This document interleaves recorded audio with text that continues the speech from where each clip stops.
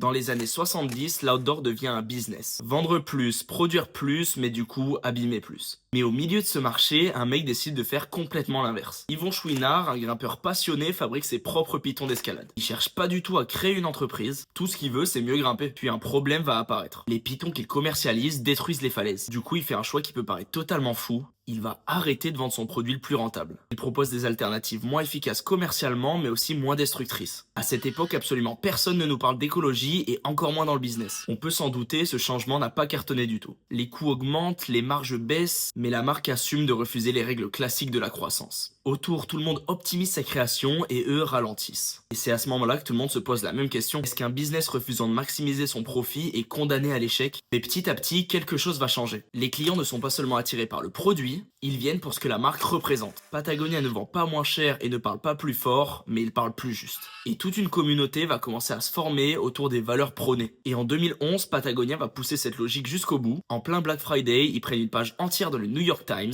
avec un message simple: Don't buy this jacket. La marque explique l'impact environnemental d'un seul vêtement et demande aux gens de consommer moins. Ça paraît totalement fou, mais ça envoie un signal très fort. Patagonia ne cherche pas que des clients, elle cherche des alliés. Ce qui était vu comme un frein au début devient leur avantage principal. Patagonia grandit sans renier son ADN, jusqu'à devenir l'une des marques outdoor les plus crédibles. En 2022, Yvon Chouinard va encore plus loin. 100% des profits non réinvestis sont reversés à la lutte contre le dérèglement climatique. Concrètement, ça représente des dizaines de millions de dollars par an. Patagonia ne cesse de montrer qu'une entreprise peut gagner sans renier ses valeurs. Et que l'éthique, quand elle est sincère, est un avantage stratégique durable.